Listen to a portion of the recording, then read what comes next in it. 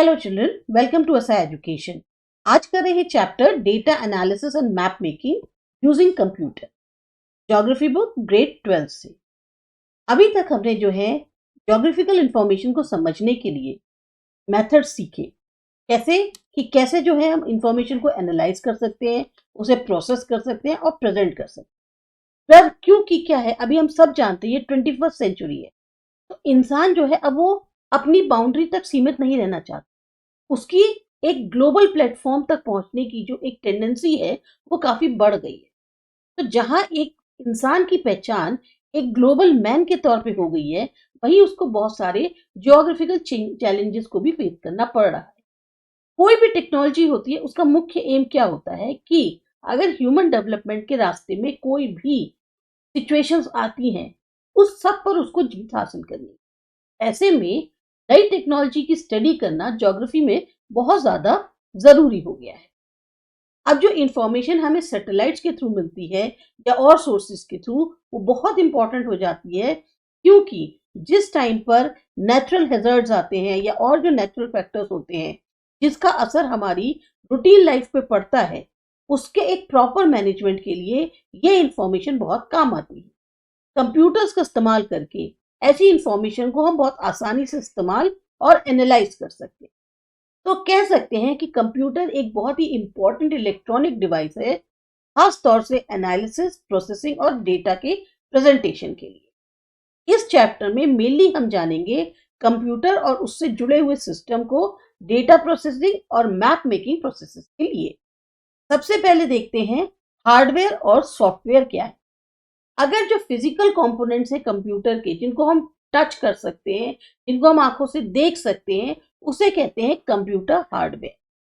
Generally जैसे आपका keyboard है, माउस है, मॉनिटर है, प्रिंटर है, प्रोसेसिंग यूनिट है, पेन ड्राइव है, ये सब किस में आती है?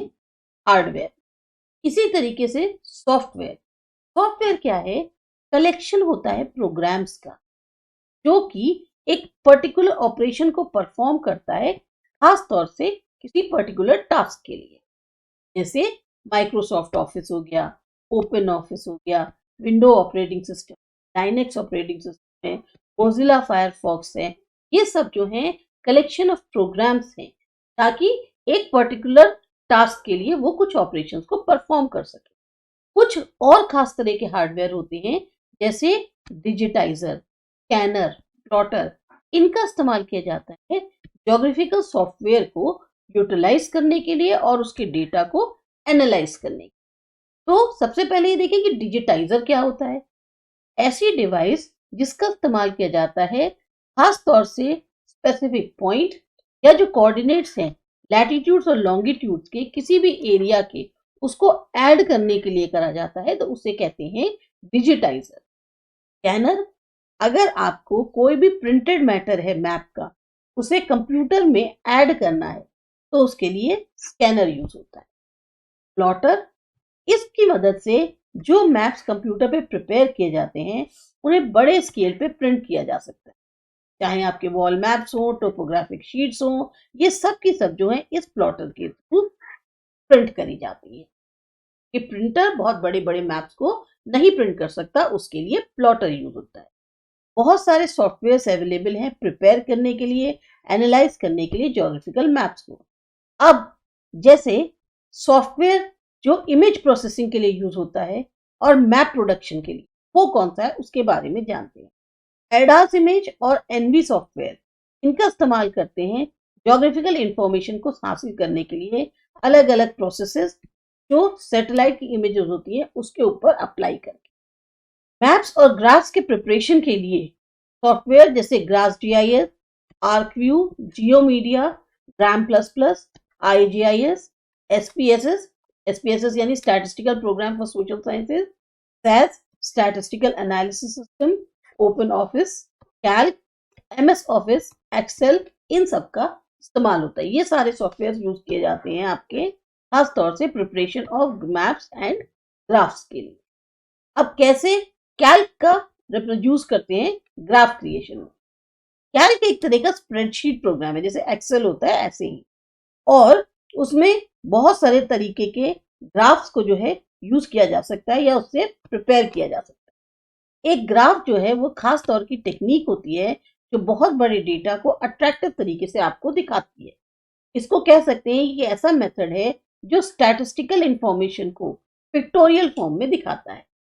इसको कई पर्पसेस के लिए यूज करते हैं, जैसे अगर आपको किसी भी ज्योग्राफिकल कंडीशन की हिस्ट्री के बारे में जानना है, अलग अलग ऑप्शंस के लिए इवैल्यूएशन करना है, कोई स्पेसिफिक ट्रेंड चल रहा है उसके बारे में जानना है, या फिर जो एक्स्ट्रा ऑर्डिनरी घटनाएं होती हैं उसके बारे में जानना है, तो ऐसे में ये जो ग्राफ है ये बहुत ज्यादा आपको वैल्यूएबल साबित होता है।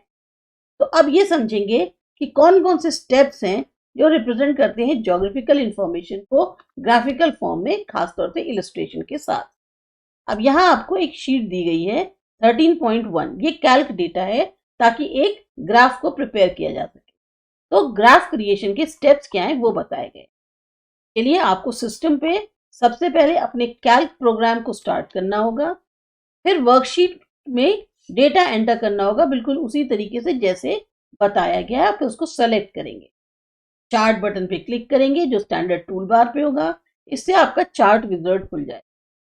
तो पहले स्टेप में आपको चार्ट विजार्ड के टाइप ऑफ चार्ट क्या चाहिए उसको सिलेक्ट करेंगे, कॉलम, पाई या लाइन। दूसरे स्टेप में आप बताएंगे डेटा रेंज जो है सेलेक्टेड डेटा की, वो दिखाएंगे। थर्ड स्टेप में डेटा सीरीज दिखाई जाएगी। फोर्थ स्टेप में आपको टाइटल, सबटाइटल और नेम्स जो एक्स वाई एक्सेस के हैं वो डालने होंगे, और फिर आपको लोकेशन सेलेक्ट करनी होगी लेजेंड के लिए, और फाइनली आप बटन फिनिश कर देंगे। ऐसे करने से जो ग्राफ है सेलेक्टेड डेटा के वो आपको कंप्यूटर स्क्रीन पे दिखने लगे। आप यहाँ देखिए, बार चार्ट और डिवाइडेड पाई चार्ट, दोनों के दोनों जो चार्ट्स हैं ये आपको फिगर 13.1 में जो डेटा दिया है उसके बेसिस पर बनाए गए हैं। इसी तरीके से कोई और इससे संबंधित डेटा हो तो लाइन चार्ट भी बनाया जा सकता है। फिर आता है नेक्स्ट, मैप मेकिंग सॉफ्टवेयर्स और उनकी एप्लीकेशन। ये करते हैं अगले वीडियो।